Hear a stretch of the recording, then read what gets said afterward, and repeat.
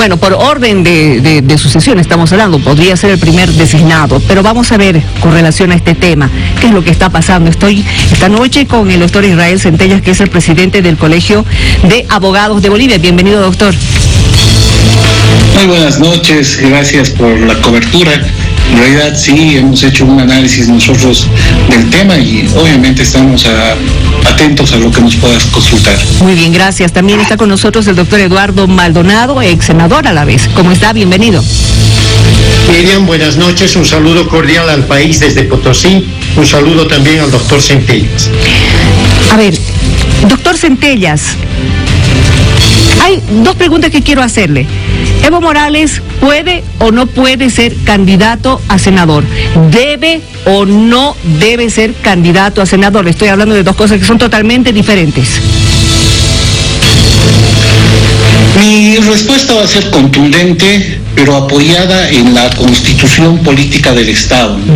El artículo 149 de la Constitución Política del Estado establece que una persona para candidatear a diputado o senador debe tener una residencia permanente dentro de los 2 años hasta la elección. En ese sentido, Morales dejó la presidencia, hizo abandono de la presidencia en octubre del año 2019.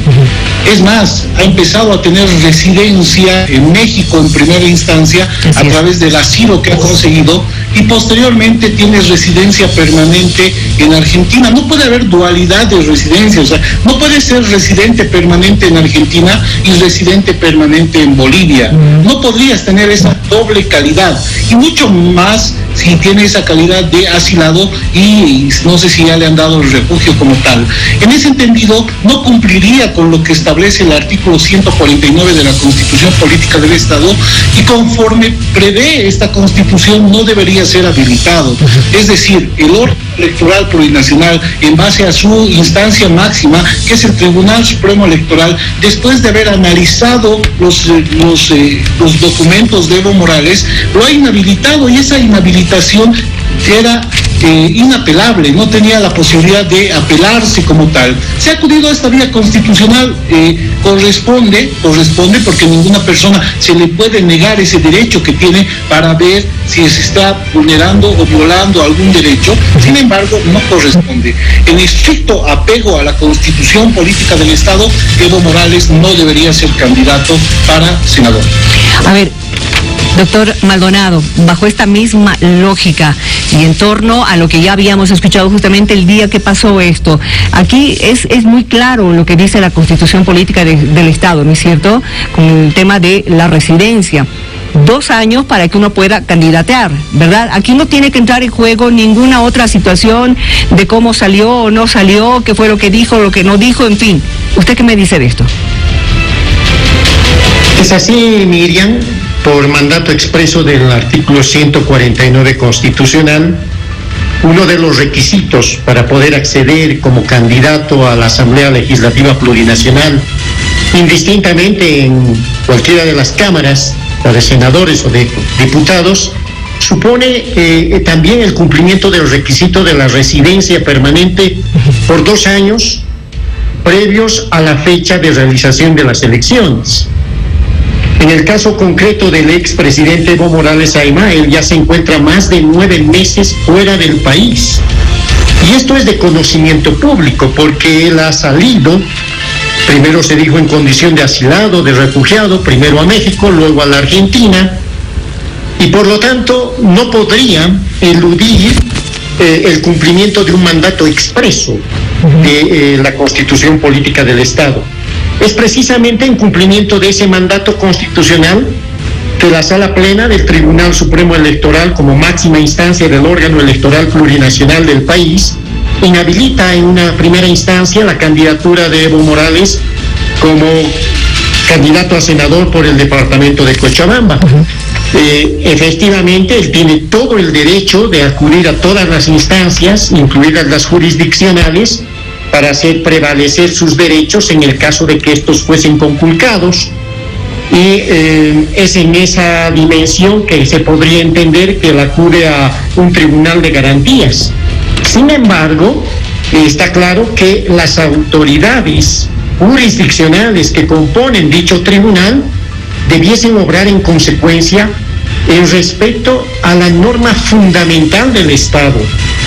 No podría estar sujeta a interpretaciones antojadizas que enerven la base de legitimidad, de legalidad de las próximas elecciones. A ver, doctor Centellas, en este momento el caso del doctor René Delgado, que ha sido justamente el vocal que le ha dado el visto bueno a Evo Morales para que pueda ser candidato a senador, en este momento está dando lugar a muchas conjeturas y también hablar sobre el hecho de que en la administración de justicia, la justicia en sí todavía continúa siendo doblegada o dominada o recibiendo órdenes del anterior gobierno. ¿Usted qué me dice de esto, doctor?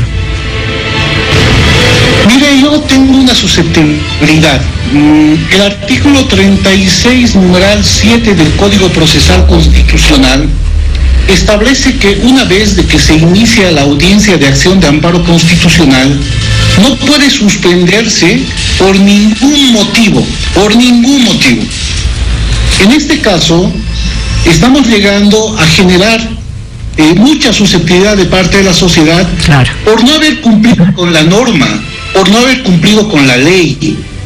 En ese sentido, si ellos hubieran habilitado horas extraordinarias y lo hubieran llamado al que le correspondía en prelación, que es el doctor Jaimes, te aseguro que el día domingo en la madrugada o el día lunes en la madrugada ya teníamos una resolución primigenia, ya sea que lo habilite Evo Morales de forma inconstitucional o que lo inhabilite y mantenga subsistente la resolución del órgano electoral nacional. Pero ya hubiéramos tenido una posibilidad de resolución.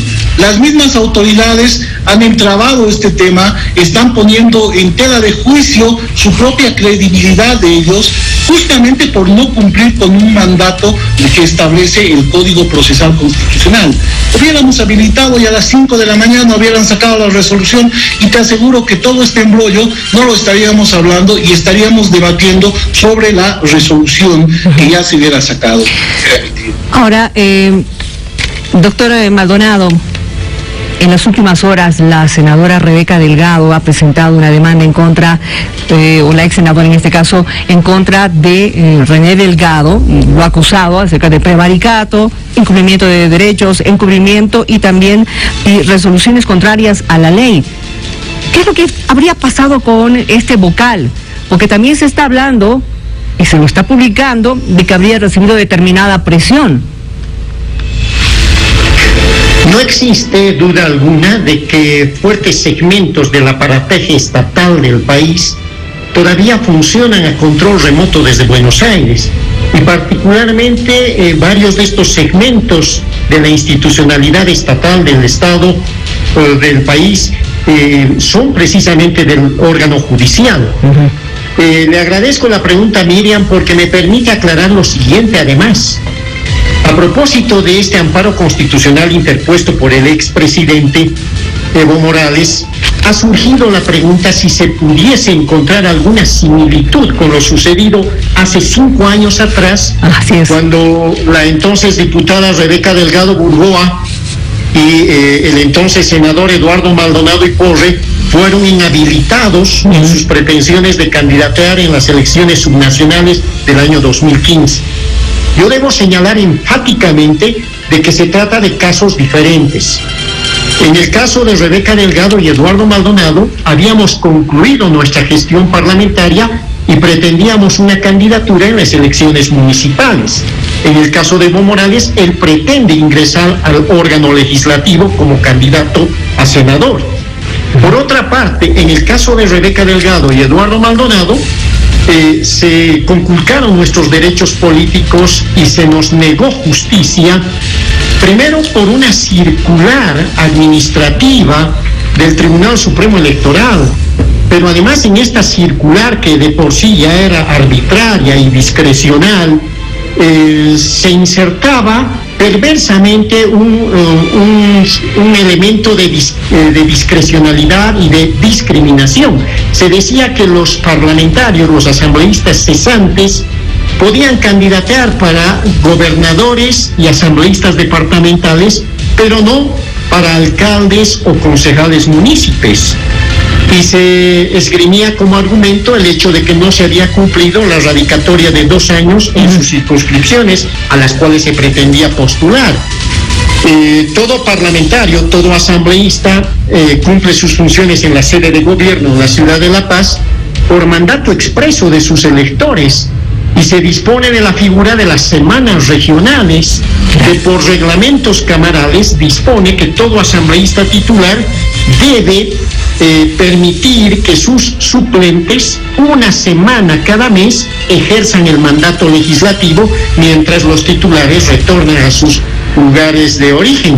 Por lo tanto, no se había roto el vínculo con nuestras circunscripciones.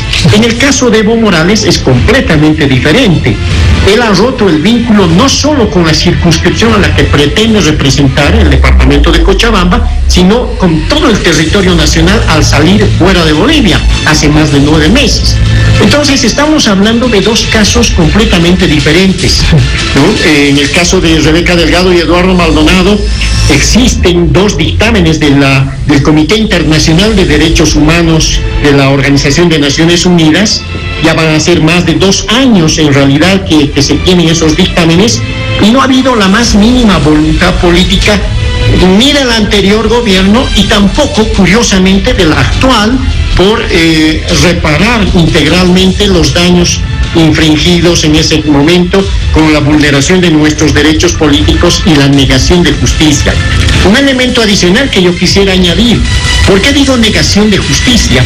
Porque precisamente cuando son los tribunales departamentales electorales de Cochabamba y de Potosí, que en aplicación discrecional y arbitraria de la circular emanada del Tribunal Supremo restringen nuestra participación política en las elecciones del 2015, posteriormente agotamos la vía administrativa apelando al Tribunal Supremo.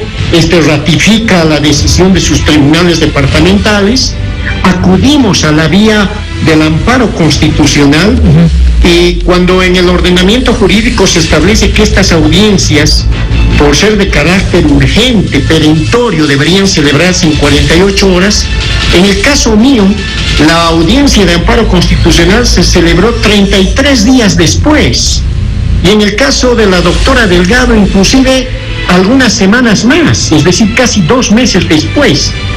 Había una evidente decisión política en el gobierno de entonces de anular candidaturas que le parecían incómodas a quienes en ese entonces habíamos sido considerados como disidentes, librepensantes, ¿no? Creo que viene bien compartir estos elementos, porque bueno, en las últimas horas, ya reitero, ha surgido la pregunta de si se podían encontrar similitudes en estos casos. Así es. Yo le agradezco mucho por esta aclaración, para que también la población vuelva a recordar lo que había pasado con ustedes dos, también con la doctora Delgado, con relación a un caso que no es similar como usted lo está diciendo.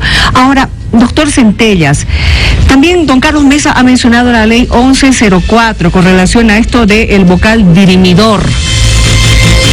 Usted ha dicho algo que me llama mucho la atención y realmente es preocupante: el hecho de que hayan cortado esa sesión cuando deberían haber en ese mismo día determinado qué es lo que iba a pasar con relación a esa posible o no candidatura. Sí, totalmente de acuerdo, totalmente de acuerdo. En realidad la ley 1104 establece el orden de prelación de las salas. Ha caído en la sala constitucional segunda, que estaba conformada por la doctora Blanca Alarcón y el doctor Heriberto Pomier. La doctora Blanca Alarcón se aparta del conocimiento de esta acción y se pide auxilio a la sala tercera, que prelación correspondía.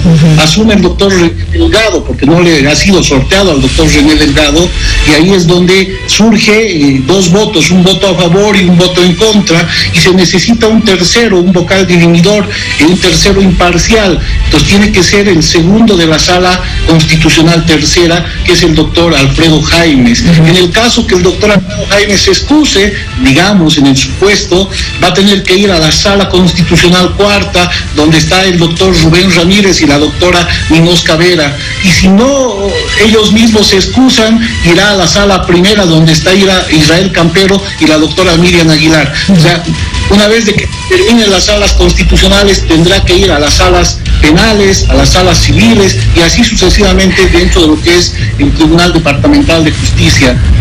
Lo que se quiere evitar acá es de que se cometa nuevamente una vulneración a la Constitución Política del Estado, como se lo ha hecho anteriormente en su artículo 168. Tenemos un precedente nefasto, que es la sentencia constitucional 84-2017, donde todos los magistrados que han firmado esa resolución el día de hoy están siendo procesados. Entonces queremos evitar vuelva a cometer un exabrupto rompiendo el sistema constitucional que tenemos y que se rompa nuevamente nuestra Constitución por un interés particular. O sea, por segunda vez el señor Evo Morales rompería la Constitución si es que en este caso se lo habilitaría como candidato a senador por Cochabamba. Doctor, ya tengo un minuto para ir cerrando esta entrevista y a usted mismo, doctor Centellas, por lo que me acaba de decir, entonces es un poco complicado fijar plazos en este momento o determinar en qué tiempo se puede llegar a alguna respuesta con relación a este caso. Sí, se ha hablado de primero 48 horas, ahora 72 horas y así sucesivamente se está ampliando los plazos irrazonablemente. O sea, se hubiera cumplido ya mucho más antes y hubiéramos tenido ya la resolución. Pero hablemos de supuestos en el hipotético de que se excusen las autoridades porque este tema ya es público, ya tiene un poco de presión pública. Obviamente no deberían tomar en cuenta esa presión sino fallar conforme a la Constitución y conforme a las leyes. Claro. En ese sentido, las autoridades lo van a pensar mucho para poderse hacer cargo de ser los vocales dirimidores. Doctor Centellas, muchas gracias por estar con nosotros. Lo mismo usted, doctor Eduardo Maldonado, por haber compartido con nosotros en este momento. Realmente el tema va a seguir en boca de la población. También va a ser motivo de análisis en las siguientes horas. Gracias y buenas noches a ambos. Buenas noches. Gracias.